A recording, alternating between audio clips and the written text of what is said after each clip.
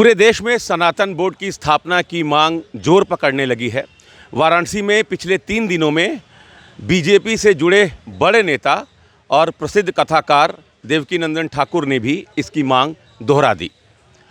कथाकार देवकीनंदन ठाकुर का कहना है कि सनातन से संबंधित जितने भी धार्मिक स्थल हैं वहाँ धार्मिक अनुष्ठान को लेकर, कर्मकांड को लेकर, धार्मिक रीति रिवाज को लेकर एक सामान्य नियम कानून बनना चाहिए जिसमें एक रूपता हो, और इसके लिए सनातन बोर्ड जरूरी है।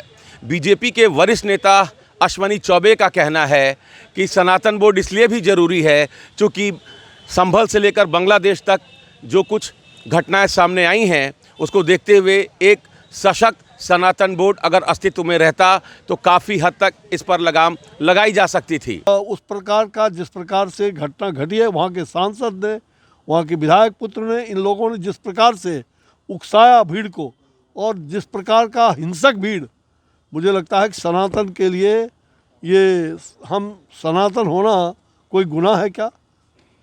अगर सनातन होना गुनाह है, आज अल्पसंख्यक बंगाल के अंदर बांग्लादेश में वहाँ अल्पसंख्यक हिंदू हैं, सनातन धर्मी हैं, वहाँ मारे जा रहे हैं, वहाँ उनके मंदिर टूट रहे हैं, और भारत में भी अगर इस प्रकार की हालात होगी तो ये अत्यंत ही दुर्भाग्यपूर्ण है। जगदम्बिका पाल जी से और उनसे बात हुई थी, उन्होंने वो एकदम पूरी तरह से तैयार थे, लेकिन कुछ जो विरोधी दल के लोग हैं उनको ये रास नहीं आ रहा है और बिना किसी कारण का उसको अड़ंगा डाल करके वक्फ बोर्ड के संपत्ति को, ये तो आम लोगों को मालूम हो गया कि जिसकी संपत्ति हो वो वक्फ बोर्ड पे वो कब्जा कर ले।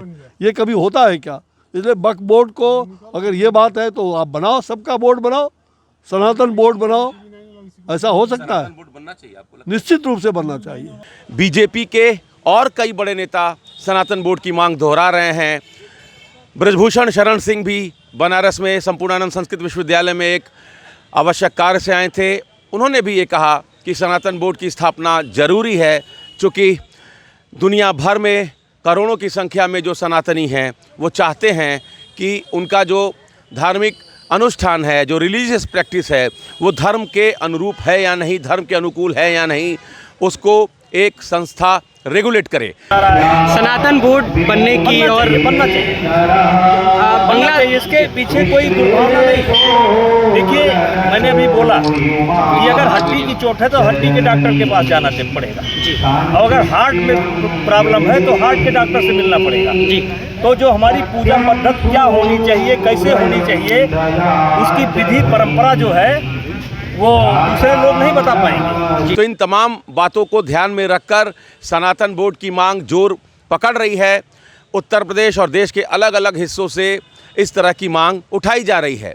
बनारस के शहरे मुफ्ती अब्दुल बातिन नुमानी से जब हमने इस मुद्दे पर बात की, उन्होंने कहा कि सनातन बोर्ड हिंदुओं से संबंधित मसला है। अगर उनको लगता है कि ये आवश्यक है तो बिल्कुल उनको सनातन बोर्ड का गठन करना चाहिए, लेकिन अगर वो इसकी आड़ में किसी धर्म विशेष को, संप्रदाय विशेष को निशाना बनाना चाहते हैं तो फिर ये कतई भी बर्दाश्त नहीं होगा। अब तक सनातन बोर्ड की मांग क्यों नहीं की गई? पिछले 3-4 साल में ही इस तरीके की बातें क्यों हो रही हैं?